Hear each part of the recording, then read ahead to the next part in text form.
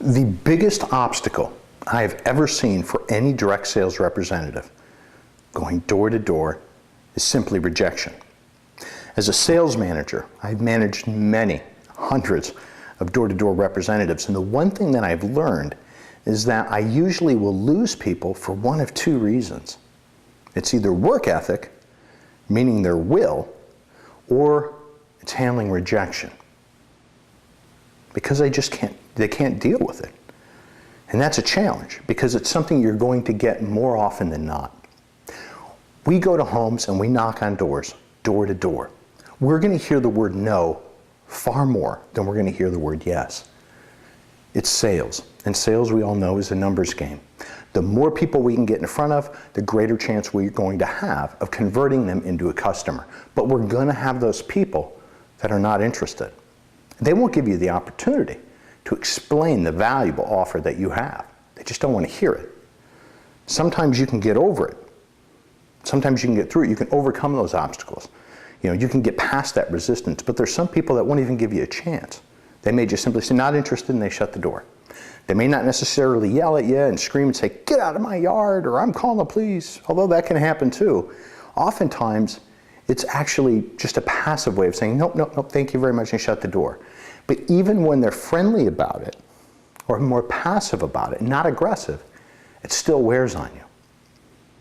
You consistently hear no, no, no over and over again, and it wears on your psyche and your ability to perform the job.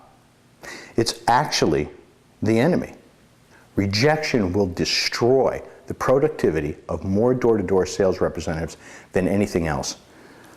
More than the weather, more than the ability to get outside for whatever reason. It is the worst obstacle we have to face, far more than any resistance or objection that a potential customer will provide.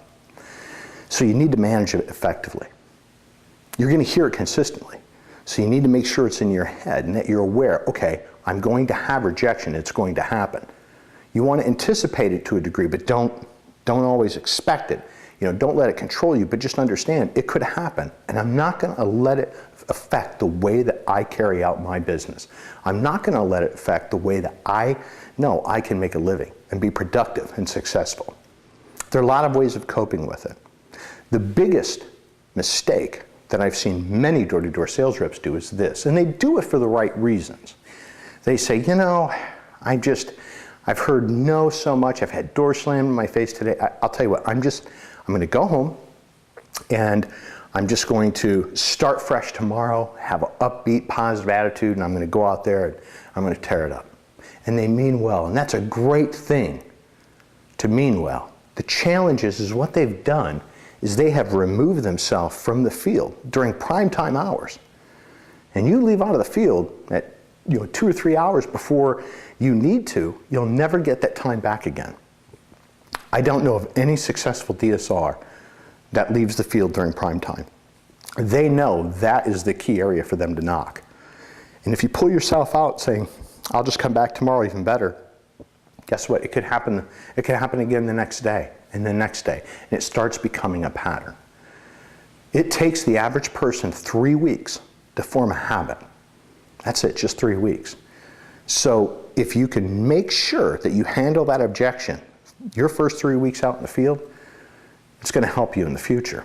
Ways of coping with it are very simple. One is reaching out to partners, making a joke about it.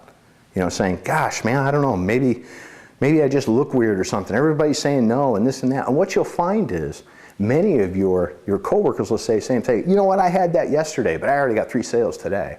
It's okay, it happens. It is a numbers game. Some days you're going to go out there and you're going to be hot. And when you're hot, don't leave the field early. You stay out there until it's dark. Stay out there till you can't stay out there anymore.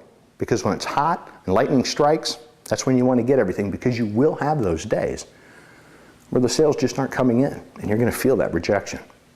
Take yourself out briefly.